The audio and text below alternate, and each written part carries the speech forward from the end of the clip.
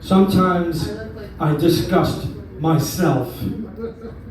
My lust for things carnal in nature, forbidden it seems, cutting into rare bloody meat and juices dripping down my chin. I try to dull the cravings by drowning myself in drink and distracting myself in the hottest new things. Opiates prescribed to unlucky, mindlessly scrolling for dopamine. I walk the streets at night under a moon I can't see. I'm not the howling type, it's just not my thing. I sweat profusely in bed despite the air conditioning. And I toss and turn, knowing that I will dream scary and sick things. And I'll get up in the morning dazed and confused and eat runny eggs while drowning my sorrows in mugs of caffeine. Being an animal trapped in civility seems to be my destiny.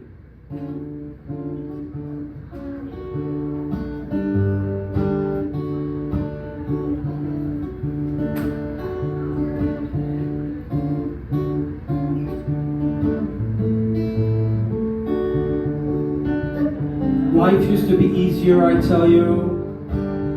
Nowadays it's just too damn cold. And the town is full of rich city folk who turn up their nose at a man in worn and tattered flannels. But damn it, I've been in this town since the 70s when people around here actually cared. You know, back then, it was free and easy and it seemed the mountains were a sight to behold. And yeah, we created sculptures, music, prose, and furniture. We made big pots of chili to share. Oh, and we had a keg full of beer. And sometimes it seemed like everyone you ran into had something to say and a talent to display.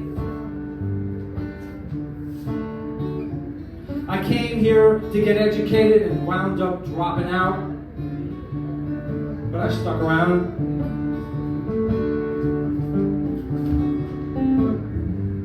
And somehow bills got paid with enough left over for a party or two. But now it's a loaf of white bread and jam and yesterday's coffee pot in the fridge. Oh, and a butter too I grew last summer. It's not exactly the high life, but it beats being locked up, which I've experienced a day or two. But I'm too old to fight. But I'm not too darn old for opinions, that's for sure.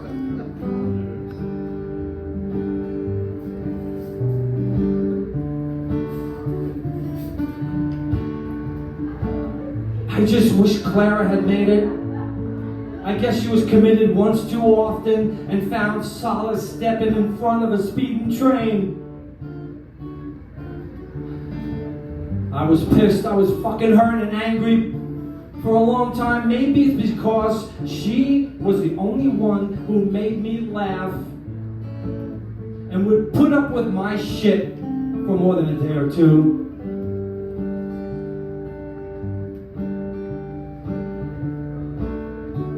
But deep down, I understood. You know, it was nice once, and now it's just time passing, and not too much more than that.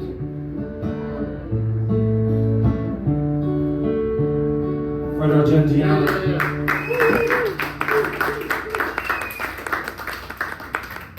The narrow ledge was a cold and unforgiving, precarious place. She took a long drag of her cigarette as she balanced herself and let out the smoke into the heavy city air. A above the nighttime traffic on Broadway and the people walking by, oblivious that she was there, lost in contemplation.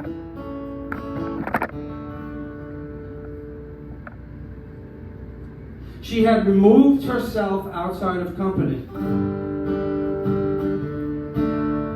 separate in her trance as the waning hours of the night drifted, and clouds shielded the light from the moon, casting no shadows nor illumination on her lonely state, and it stirred her inner thoughts that hardly ever rested.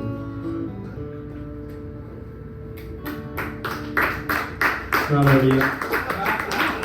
There would be words typed on paper that would become songs. But for now, she was just outside looking into a room of friends whom she didn't feel she belonged. There really wasn't that kind of place for this poet whose depth of emotion and intellect was so evident, so very strong.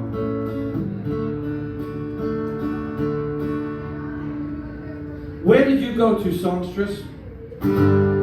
Artist so prescient and fragile. You left behind your legacy, photographs and papers and keepsakes in a file cabinet that would one day tell your story and give details only imagined in your songs that will live on forevermore.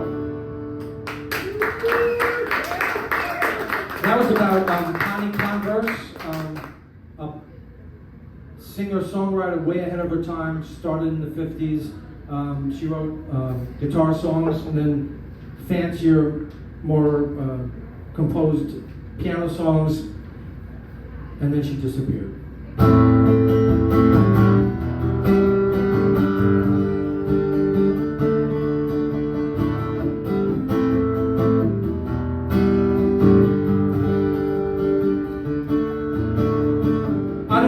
Play notes clean anymore. My hands are worn and no longer light. The words stumble out because life has been hard and memories get mixed like buttons in a coin jar.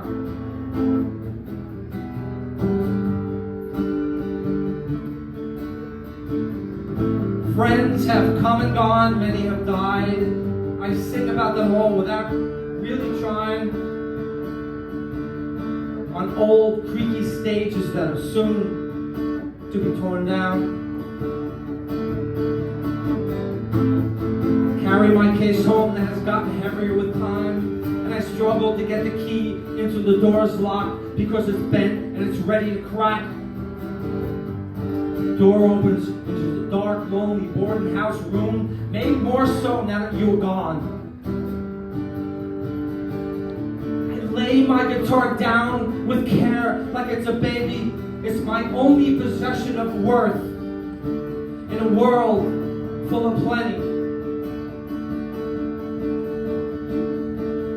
I turn on the lamp with the bulb that flickers and look around at my bare and stark surroundings. It's late in the night and I'm flat out fucking tired. So I lay my weary body down on a bed that's warped and crooked, and I dream of what was, not what lies ahead.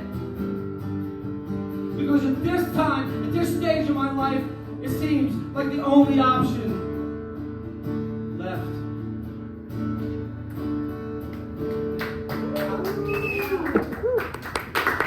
Thank you.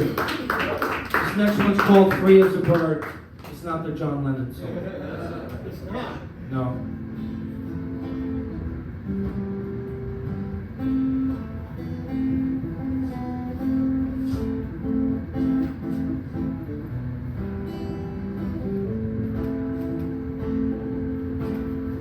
I was committed after a battle royale. It was a long and a winding road and not so easy to navigate. Because I had burned bridges of family and friends and workplaces too. I I don't think I'm crazy. At least that's what I tell myself. But it's hard to think straight when you're constantly arguing with yourself.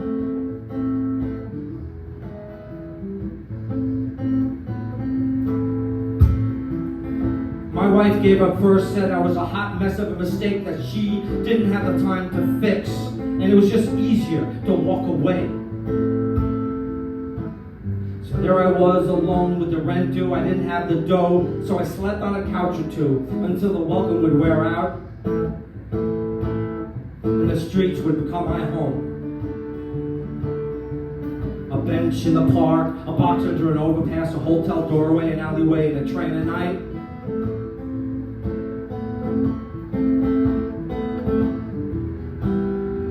This guy's so fucking good, isn't he? I shared a bottle or two. I smoked some weed with the gang until a turf war was ended by a slash of a face.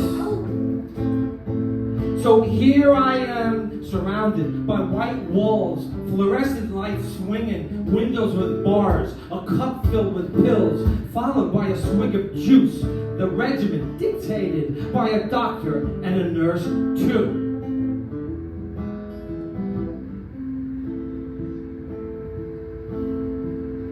Just get your shit together. It's in your best interest. You'll see. You will soon be your old self. Free as a bird to do what you please. Just do what we say. Follow the rules and you'll soon be on your way. A legitimate part of society, and you know what? Maybe quite civilized too.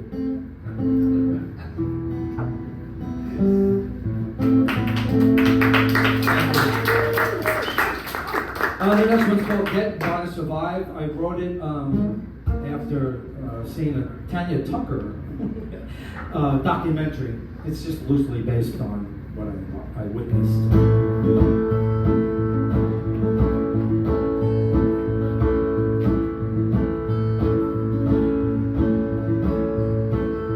She was just a singer that sang it right. She was good enough for a country hit.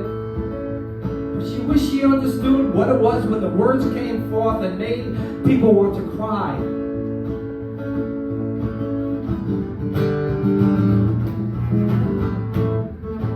The trailer hitched to a post off on a dusty road somewhere very far from town. A family of 5 living life in a space hardly meant for 3. They were just getting by to survive.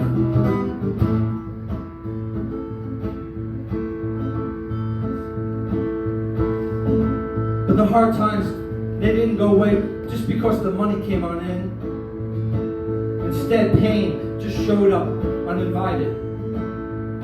And the big house on the hill felt too empty without anyone else inside.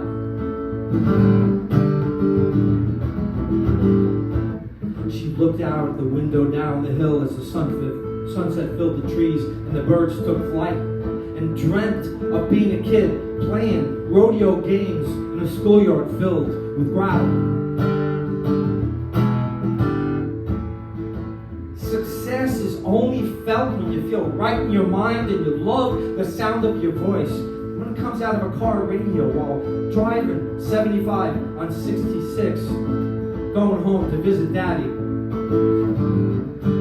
before he dies.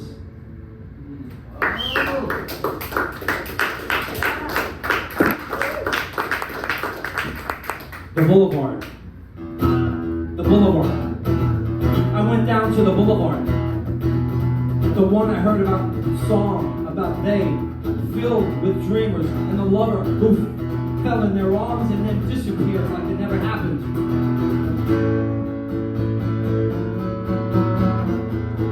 Or the preacher who stood tall on his throne and preached like his life depended on it, to the passers-by who had little interest in listening to what he was espousing.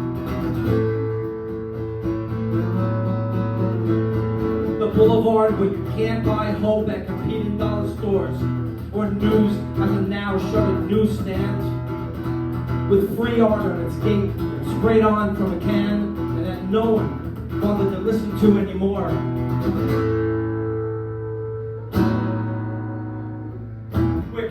still king, but in short supply, and there's no credit left when the bills are piled high, and it can be hard to walk the day on with a smile.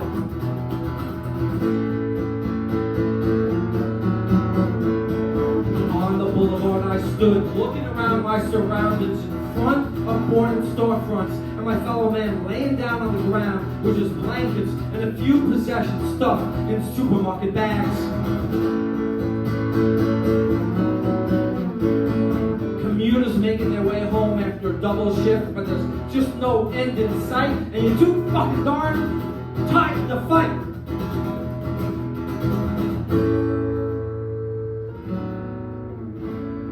This boulevard filled with stories, mostly hard ones that'll knock you around until you're blurry. That sounds better in a rock and roll song or in a movie soundtrack. But here, on the boulevard, the music is the everyday noise everyone just puts up with. It's just part of the background. And there's more tragedy than a Shakespearean play. But alas, we are all actors trying to uplift ourselves from the grime and the squalor, because the boulevard, it isn't going to let up for nobody. Thank you.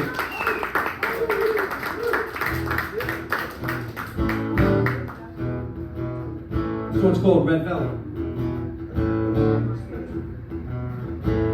My mother, God bless her, dropped me on my head when I was just 2. Getting ready for the show of Burlesque Betty, the queen of Red Velvet.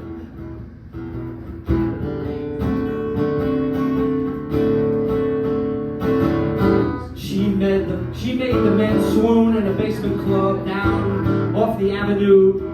She shook her tassels to the beat of the voodoo beat of I Put a Spell on You.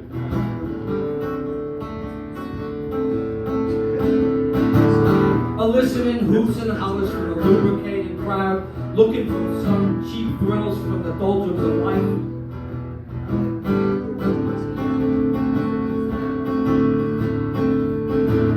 I never saw her on stage, I only heard about her moves. They say she was sultry in a girl next door kind of way. But at home she was someone else. She was just my mom. And life wasn't easy, but she gave it her all. And I never wanted for anything. There was laughter shared and good times for two. Early on, I knew that under the stage lights, she let out a piece of herself, but she saved the best part for her son. And despite the bumps and the lumps, I've grown up to be a proud man of a woman that lived life fully and on her own terms. Thank you. I got one more. You've been a great artist. Thank you all for coming. Listen, thanks all the performers again. George, Francine, Alan, Shane, Mimsy, Doug, Abigail, Adam. Yeah. In the 90s, I used to get musicians to play for people living with AIDS in hospitals and long-term care facilities. And this song is about one of the patients that I used to see. And the memory of him just sticks in my head. This one's called Rivington House on Rivington Street.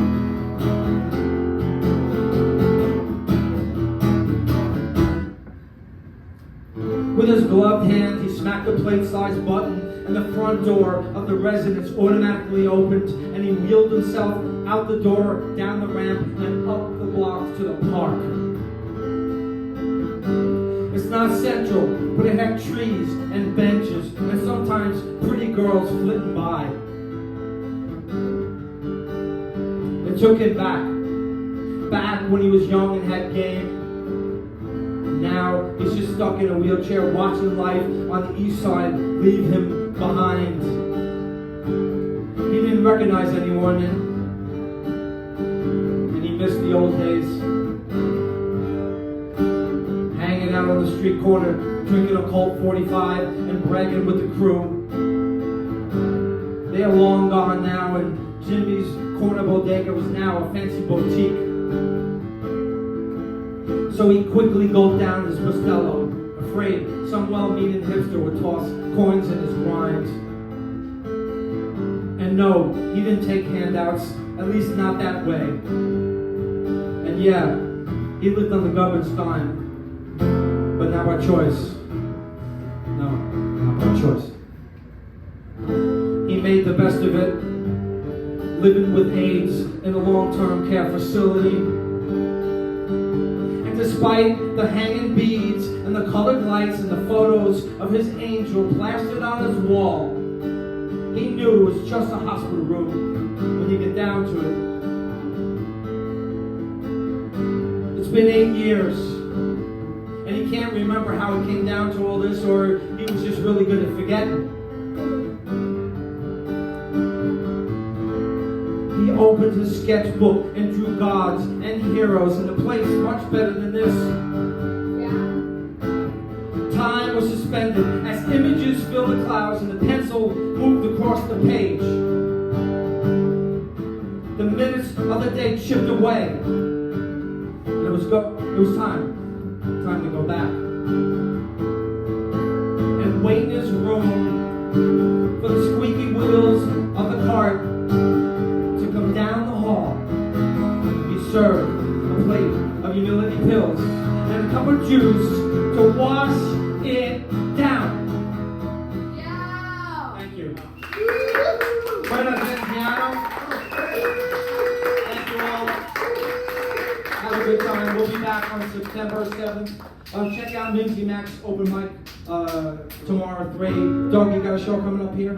Right here on the 20th. On the 20th, Doug, come to the Doug show in the afternoon? Yeah. Okay, and I don't know if Abigail's still there, but she said she's doing a show here too. Thank you all. You've been a lot of fun to be here. Thank you.